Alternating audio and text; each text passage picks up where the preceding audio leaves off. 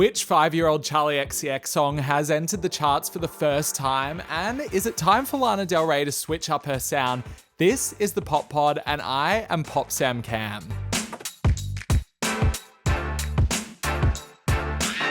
Thank you for joining me for another week of the Pop Pod. I've got so much exciting stuff that I'm ready to share with you this week, including some killer interviews. I'll tell you a little bit more about that at the end of the podcast, but this is going to be a deep dive on Lana Del Rey this episode as we look into... I've already done an episode on Lana Del Rey's influence, but now today I'm going to look at whether she needs to change her sound and whether all these complaints about her becoming stale are fair. But before that, we'll get into the headlines and the charts. If you're liking this podcast, I would love if you would follow and subscribe. We already have 1,000 subscribers in the first month, which is just incredible, but I would like to join more and more of you as the weeks go on. I'm also going to put a link down below for a Discord that you can join if you want to start discussing all the music with me or suggesting things that I should talk about on the podcast.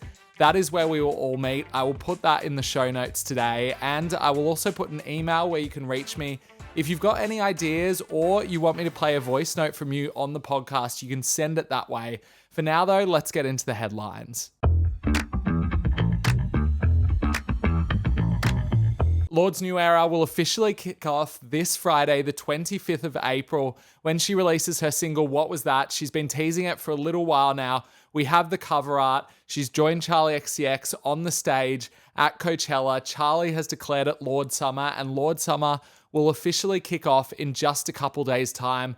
I will react to that with a Bop or Flop episode on Friday, where you can hear my thoughts on that single when it comes out. Another single that we're going to be getting very soon is Pink Pantheress's Stateside. She's already released Tonight, which was the first single off her forthcoming mixtape. But now we're going to get another one, and she's released a snippet of it. Have a listen.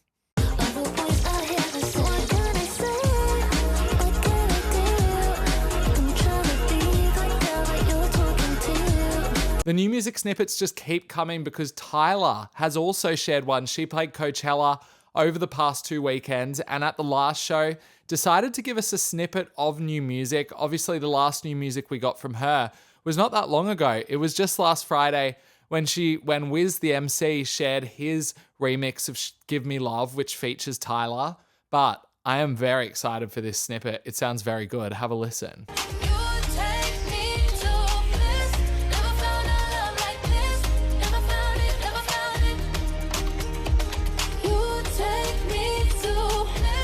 Over to the charts where we have some big news this week. The first one starting with Addison Rae, who has reached a peak of 149 on global Spotify with 1.151 million streams of her single Headphones On. Put your headphones on. Guess I gotta accept the pain.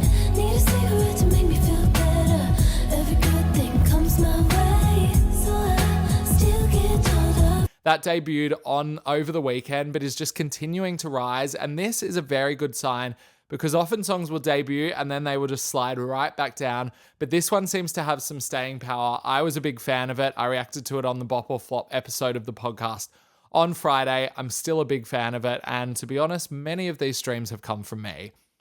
Many of the streams for this next song have also come from me for the last 5 years, actually. It's Party For You by Charli XCX, which debuts for the first time on the US Spotify charts at number 147 with 312,000 streams. Its best streaming day yet.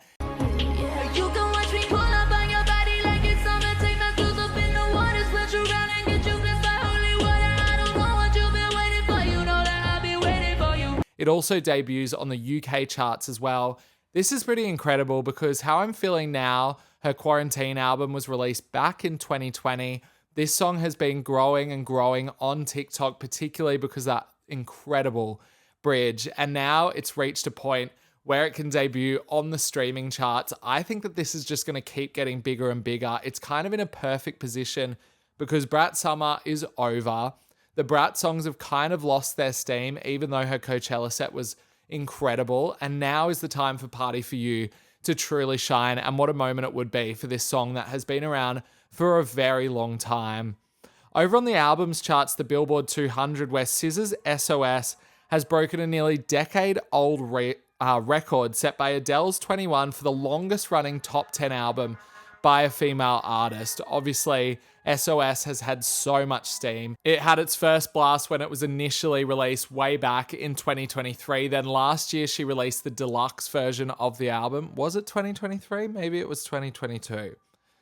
Maybe it was the end of 2022. It was the end of 2022, and she released the deluxe version at the end of last year, which gave it another push up the charts, enough to make it the longest running top 10 album by a female artist, which is incredible. No shade to Adele's 21 though, which is also an incredible album. Obviously, maybe even more of a feat given that it didn't have a deluxe version and has way less tracks, but whatever. SOS deserves it. One of my favorite records of the past 5 years, maybe even the past 10 years. Over on the singles chart, there is also history being made, where Teddy Swims has become the longest running top 10 of all time with Lose Control. It's been there for 58 weeks and takes over Blinding Lights by The Weeknd to claim the record. Did anybody not really know this was going on? Because I knew that this was a hit, but I had no idea that it was about to break a record like this. Truly incredible stuff. I mean, Henry, come on. Do you think I'd really choose it? Moving on to the main part of the podcast today, I want to talk about Lana Del Rey. Lana has been a big subject of this podcast over the past few weeks because she is maybe about to release her new album, which was called The Right Person Will Stay, now called whatever she decides to call it. But I think that when Henry Come On came out, the first single from it, a lot of people felt as though maybe her sound was getting stale. She's kept with this kind of balladry for the last maybe 4 albums since Norman Effing Rockwell, when I feel like she really locked onto the sound. And I guess people are left wanting more from her, wanting some kind of reinvention, or not even a reinvention, wanting her to reheat the nachos that she originally created back on Born to Die. And I guess I want to talk about whether Lana has reached a point where she no longer needs to be groundbreaking, and whether she can sit in this sound for any longer, and whether this sound is even similar to what she was doing on Norman Effing Rockwell. Obviously, Lana Del Rey has become one of the most influential artists of the 21st century, particularly because of what she was doing with Born to Die. She really slowed down the sound of pop music, and it also changed the mood of it quite fundamentally. Feet don't fail me now.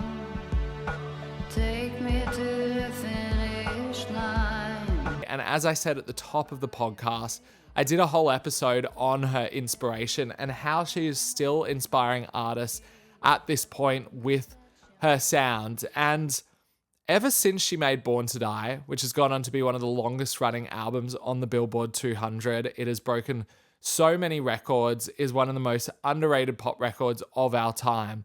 But ever since she's released that, she's kind of intentionally moved out of the center of pop music, even though the center continues to chase her. And part of this has been, in the last probably 5 to 6 years, becoming more focused on being a singer, songwriter, and really zoning in to this ballad sort of style, rather than trying to chase whatever is going on in pop music, or trying to create a new trend, really, that sounds like it could be contemporary. And I guess the issue is here that the people who have really caught on to Lana's music in the past 5 years, it hasn't really been because of the records that she's released. In the 2020s, she's released Chemtrails Over the Country Club, which was a way more contained version of Norman Effing Rockwell, I thought. She gave us Blue Banisters, which was her most autobiographical, personal, raw, and intense record yet. And then she gave us Did You Know There's a Tunnel Under Ocean Boulevard, which I think did capture some of the sounds of her earlier work, but mostly just explored that ballad sound even further and dug even deeper into her songwriting. It was looser than ever, perhaps more experimental than ever. And that hasn't been the reason that people have been catching on. The reason that people have been catching on is because there has been this reappraisal of the Born to Die sounds through TikTok. This new Gen Z generation has particularly fallen in love with Born to Die and Ultraviolence. And so it's weird because they're in the headspace of those records when Lana is not in that headspace at all anymore. She surprised us all by giving us Say Yes to Heaven, a song that had gone viral on TikTok. But I guess now when people get new Lana music, they're expecting it to be a continuation of Born to Die or Ultraviolence, and that's just not happening because it's simply erasing quite a large chunk of her musical evolution. Reminding me when we were kids, it's ultraviolet, ultraviolet. And evolution is the word that I think is really important for what I want to talk about today, because I think because of the influence that Lana Del Rey has had on contemporary and mainstream pop music, we position her in the wrong way too often. And I think we still position her within the mainstream and within the context of contemporary pop stars like Taylor Swift, when that's really not helpful for understanding her career at all. That is simply a consequence of the music that she has made, in that it has somehow gone on to be super influential in that space. But that's never been her intention. And in fact, if you study the career of Lana Del Rey, you know that her impulses have never been commercial at all. She has almost turned left every time she could have easily turned right and taken a win. And that's particularly true of this time for her because she's probably more popular than she's ever been. She's able to fill stadiums. And when you get to that point, generally what artists would do is try and release something that puts you right in the center conversation of pop music, or do something really splashy that catches the attention of everybody. And we've seen so many pop stars do it. We've seen kind of Taylor Swift reach the top of her career, well, what we thought was the top at the time, with Red, and then do 1989 and really put her even further into the conversation. We've seen Madonna at so many points throughout her career reinvent herself to stay relevant. And that sounds like it's shade, but it's not at all. I think she's done that very successfully and not only stayed relevant, but stayed as one of the true innovators of our time. We've seen Rihanna always be just a foot ahead of what any other pop star was doing, but always playing into that mainstream conversation, always going straight for the hit. I cannot remember the last time that Lana Del Rey actively tried to grab a hit. Henry Come On and Bluebird have managed to debut on the Spotify charts. They are doing actually quite well for records that kind of actively resist whatever is going on in pop music right now. And I think when we think of Lana Del Rey, we have to start considering her in the lineage of artists like Joni Mitchell and Leonard Cohen. You're so bitter, baby, bitter but you're sweet. Oh, I would drink a case of you. And what I mean by this is they are artists who honed into their sound very early on in their career, particularly Joni Mitchell, and were led by their own personal experiences and also the collaborators that they came into contact with along the way, and also the kind of instruments that they were using as a way of evolving their sound, never too far from the original seed, but always just changing it little by little by little and collecting this incredible catalog that really, when you listen to it, particularly, and I'm a big Joni Mitchell fan, perhaps more so than Leonard Cohen, even though I really respect his work as well, but you can really tell the story of her life in those songs, where she was, who she was with. It's so vivid, and you can almost trace out a memoir from that. And I feel like Lana is doing a similar thing, because with every record, she gently evolves into something new, so much so that maybe you don't even see it because it's moving so slowly. But she was never going to be an artist to reinvent herself. And that's why I find it funny when people think at this point she's going to come back with this trap record and reheat her nachos, celebrate her former, like her earlier records, like someone like Lady Gaga has done recently, or reinvent herself in the way that Madonna did with a record like Ray of Light. It's just never going to happen, like ever. That has never been Lana's impulse. But I think these conversations of saying that she is making music that always sounds the same are kind of unfair, because that's not the way I see it. I felt Norman Effing Rockwell was a quite a large departure from what she was doing on Lust for Life, in the way that she really chipped away at some of the hip hop influences that were coming in on that record, and also just some of the contemporary pop influences as well. And then I think she truly moved into putting the real focus on her words and her songwriting. But also, I think the production has always matched that in a beautiful kind of way. And I feel like you see this when I put a record like Norman Effing Rockwell side by side with something like Chemtrails. And Chemtrails feels particularly inspired by movement and this kind of exploration of different parts of America.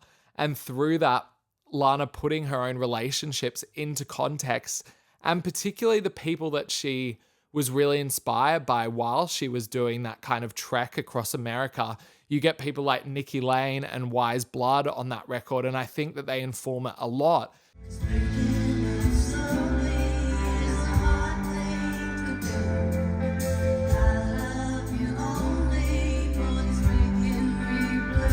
To the point where she begins to start working a lot with Drew Erickson on the Blue Bannisters record. Drew has been a heavy collaborator for Wise Blood, and you see that happens. And then on Blue Bannisters, we go into an even more autobiographical Lana Del Rey, but a more orchestral, sweeping sort of version, more of what Drew has been used to doing with Wise Blood. In Arcadia,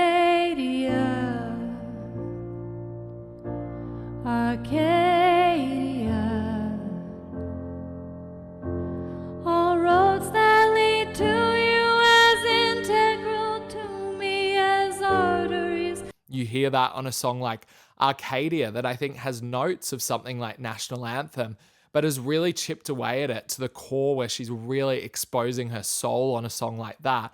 And I feel like she became extremely daring as a songwriter within the Blue Bannisters era, to the point where she didn't even want to promote that record because it was so vulnerable for her. And to me, the journey that she makes between Norman Effing Rockwell and Blue Bannisters is profound, even though you could argue that it's essentially told over a collection of ballads. But when you really hone in on those lyrics, you're getting to know about a lot about how Lana Del Rey was changing during that time. And then we get to Did You Know There's a Tunnel Under Ocean Boulevard, which is potentially one of the most sort of mainstream leaning records she's done since Lust for Life. And I say that only in a sense of promotion, only by the sense that she was doing stadium shows. She was actively promoting it. There was actually a music video. There seemed to be some kind of sense to what she was doing throughout that era. But in terms of sounds, she was inspired by gospel. I'm gonna take mine of you and me. John Batiste was obviously a huge influence to her during that era. And also so many collaborators run their way through that record. Everybody from Father John Misty to Tommy Genesis.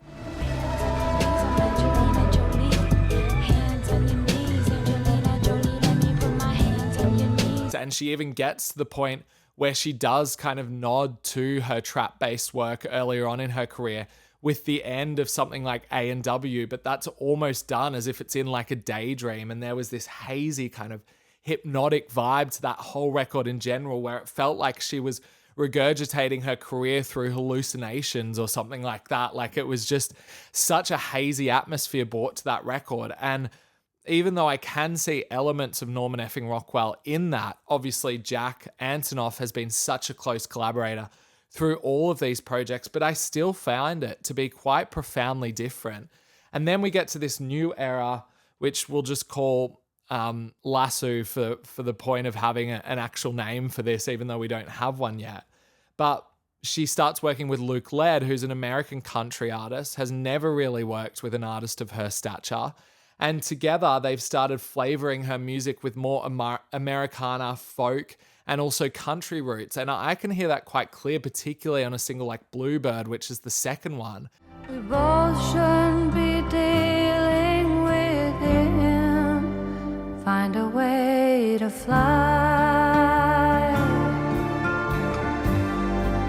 I think that that's quite different to anything that she's done, to my ear anyway. I can certainly hear elements of her previous balladry on Henry Come On, even though I think it's a beautifully told story. And I think that the orchestral arrangements are amazing as well. But Bluebird, I think, is where we really start to see her moving into the country genre and challenging herself once again with something new. And to go back to Joni Mitchell, when you think of her record like Blue, and then you compare it to her later records, there is different sense to it in that it's more experimental, it's perhaps looser, the songs are longer and take more experimental turns, and there's maybe some more electric guitar than you would expect on Blue.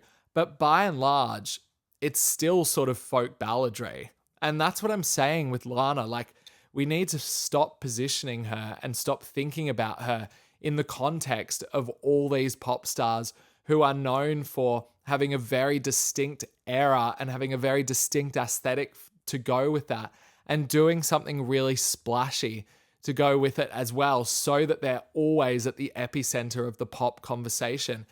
That sort of thought, I think, is just futile when it comes to Lana Del Rey, because she has never been about that. And I think the fact that she constantly releases music, she's constantly got things coming out, means that the evolution feels slow, but it's not. You know, like if she hadn't released an album for 4 or 5 years like Lorde, we'd be essentially jumping from Chemtrails or from Norman Effing Rockwell to what we're about to get. And I think you would really see the sonic shift. But she's made a very clear point of telling the stories throughout her life in a very real-time kind of fashion. And I feel like comes to the point. I asked people on my Instagram story to ask me questions about Lana Del Rey. And one of the ones that got asked to me is, why are her releases always so unorganized? And I think the reason this is because she is so led by her own impulses, and she just feels her way through every era. And I know that sounds like kind of hippie and a little like getting her off the hook for essentially just being unorganized.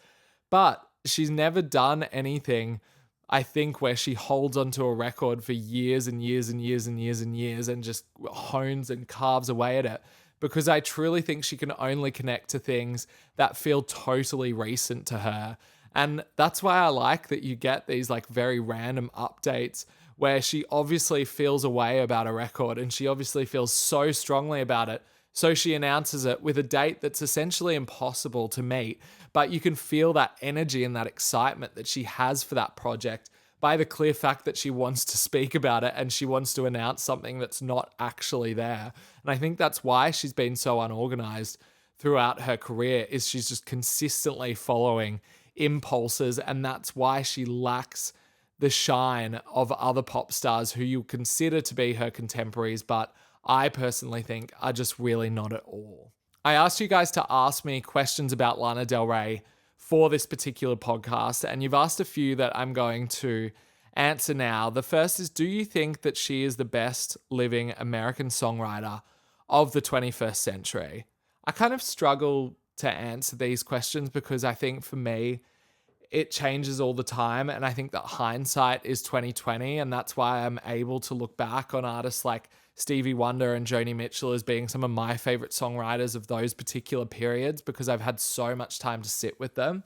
And it's difficult to kind of like talk about Lana Del Rey right now when she's still, to my ear, at her peak and still building her craft. And to me, definitely, yes, she has done some of my favorite writing of the 21st century. And I think because it captures the mood of this time that's like particularly anxious and confused and trying to make sense, which was essentially of what was essentially sold to us as like a capitalist dream that is now crumbling at the seams. And she has this very apt way of describing that. And I think she's going to be useful to historians like further down the track to dissect this period through art. And in that way, I think, yes, she is one of the leading ones, but I'm unable to like truly answer this question and truly like put her songwriting up side by side with someone like Taylor Swift, who people often put in this conversation as well, because I just don't think you're able to do it when you're at the eye of the storm, if that makes sense. The next question is, since Norman Effing Rockwell, I feel like Lana is always repeating herself. Why? I miss the 60s vibes. I think that I've kind of answered this question in what I've said on the podcast today, but I really do not think that she's always repeating herself. In fact, I think that she's always doing something different and quite pointedly different with each project. And I think that the last 4 albums that she's had have all had quite a distinct style to me. And I think particularly when I think about Tunnel Under Ocean Boulevard, she made some clear strikes at something different on that record with songs like Kitsugi. There's a certain point the body can't come back from. And also Fingertips as well, I think does something different. Can I handle it even if I do? You said that my mind. And I think she was pulling apart form as a songwriter and experimenting with what she could get away with if she just did away with hooks and any sort of structure to a song and just let her songwriting lead the way. And I think that's the clearest change on that record, is that she does that, but also she introduces like quite heavy choirs on the grants. And Did You Know There's a Tunnel Under Ocean Boulevard? There's surf rock going on a song like Peppers, which she kind of does on Fuck It I Love You on Norman Effing Rockwell, but definitely picks it up more on that record. So I don't really think that she has been doing something different, that she hasn't been doing something different. I think the people that are making this kind of claim are the ones that are really just desperate for her to go back to the sounds of Born to Die or Ultraviolence, or even what she was doing on Honeymoon with that whole like kind of Gatsby aesthetic that she was running with. And in that case, you really do want her to be doing the same thing because you want her to go back to that. So no, I don't think she has been repeating herself. The next one is, will she ever release a proper bop, or is she too cool? I mean, no, I don't. I think the closest we're going to get to Lana doing anything that's in bop territory is last year's Tough. Tough like the scuff on a pair of old leather boots, like the blue collar red dirt attitude, like a 38 made out of brass, tough like the stuff in your grandpa's glass. I don't think that a radio hit is ever at the top of mind for her, because had it been, she would have capitalized on what happened during like 2023, 2024, when it all just really blew up for her and this reappraisal happened. She would have capitalized on and released something that did sound like what was going on with Born to Die, which has informed so many artists, from Billie Eilish to even the last Selena Gomez record and everything that Halsey's been doing as well. She would have just done that sound and she would have claimed a hit overnight so easily, but she's not interested.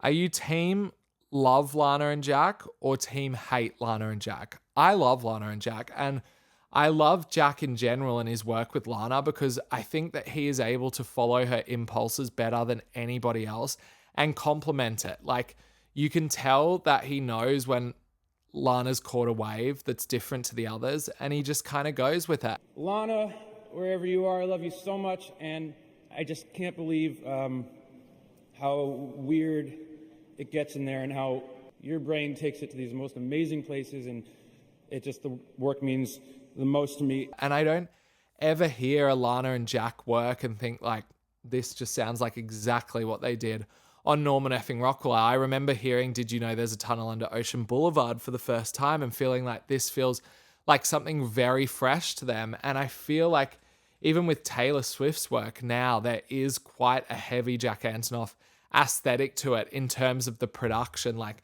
the drums in particular, I think have been very similar over the past maybe 2 or 3 records, but I never feel like that with Lana and Jack's work. So I am definitely team love. And I think if he is at the helm and then all these other kind of collaborators come in and help out, I think that's the perfect scenario. The last question I'm going to answer is, if Lana cared about chart success, would that have changed her sound? And yeah, definitely. I think it would have led to quite a confused period after Born to Die, because people hated that record and it wasn't a massive commercial success until years went on and it had the staying power. And because of that, I think she was like, well, I'm going to pivot and do whatever I want. And then she gave us Ultraviolence, and she's just constantly been pivoting. And there's never been a point in her career where I'm like, oh, she's doing that so that she can kind of make her way back to the center of pop music and finally get her hit. Everything that she's done has been anti-pop. And so, yeah, I think if she really cared about following the trends, it would have led to a very confused period post Born to Die, and I really don't think she would have had this reappraisal, because I think she could have burned out quite quickly. Like, the joy in Lana is that she is able to follow her impulse without listening to outside influences, and because of that, I don't think you become influential if you are totally concerned with sitting amongst your peers in pop music and making something that sounds like the sound of the time, because those sounds burn out quickly. And I just don't think that Lana's sound has burnt out. That is it for the deep dive of the podcast today. Thank you so much for listening. I know that many people are going to have thoughts about this, so feel free to DM me, or you can even email me at thepoppod@popsamcam.com is where you can find me now, and you can send voice notes and everything like that. Tomorrow, I have an interview with John Ryan. John is the guy who produced much of the Sabrina Carpenter Short and Sweet record. He's also been working a lot with Teddy Swims. He worked a lot with One Direction on their earlier stuff, but has just blown up with this Short and Sweet record. Obviously, Jack Antonoff did some of it, but John has done majority of the album, and I talked to him about what it was like working on a record that took off like that, and also just generally about Sabrina Carpenter's progression.